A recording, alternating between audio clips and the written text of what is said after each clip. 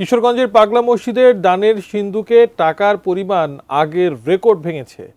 শনিবার সকালে জেলা প্রশাসক সহ সংশ্লিষ্টদের উপস্থিতিতে খোলা হয় 11টি সিন্দুক। দিনভর কয়েকশো স্বেচ্ছাসেবক ওই টাকা গুনে শেষ করেন। সন্ধ্যার পর কড়া নিরাপত্তায় টাকা জমা হয় ব্যাংকে। কিশোরগঞ্জ প্রতিনিধি শফিক আদনানের পাঠানো তথ্য ছবিতে ডেস্ক রিপোর্ট। সামনে টাকার স্তূপ, ওই টাকা গুনছেন শিক্ষার্থী সহ অসংখ্য মানুষ। কিশোরগঞ্জের ঐতিহ্যবাহী পাগলা মসজিদে ৩-৪ মাস পর পর এ দৃশ্য অতি চেনা। শনিবারও খোলা হয়েছে মসজিদের দানের সিন্দুক। এবার আগের সব রেকর্ড ভেঙে মিলেছে ৯,১৭,৮০,৬৮৭ টাকা।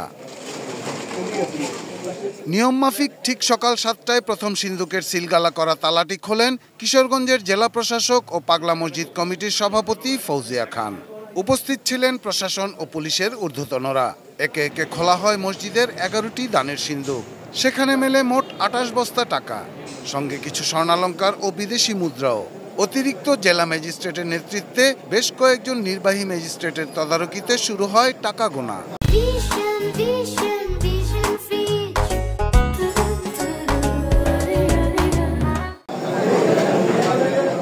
এবার টাকা গোনায় অংশ নেন দুটি মাদ্রাসার প্রায় 250 শিক্ষার্থী।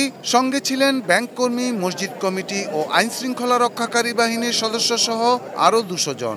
টানা 11 ঘন্টা গণনার পর সন্ধ্যা 6টা নাগাদ শেষ হয় টাকা গোনা।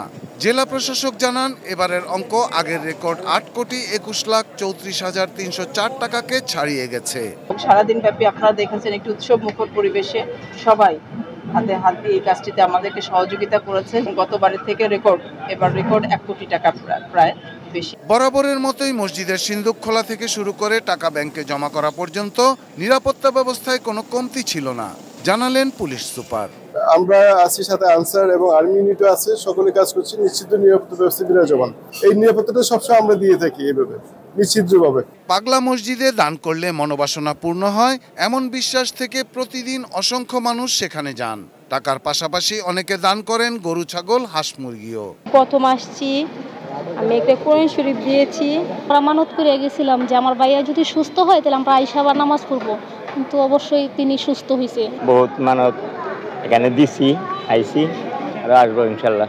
মসজিদ কমিটি থেকে জানানো হয়, এখন পর্যন্ত দানের প্রায় 90 কোটি টাকা ব্যাংকে গচ্ছিত আছে, যা দিয়ে একটি ইসলামিক কমপ্লেক্স নির্মাণের পরিকল্পনা রয়েছে। Shahidul Rana, desk report, ATN news.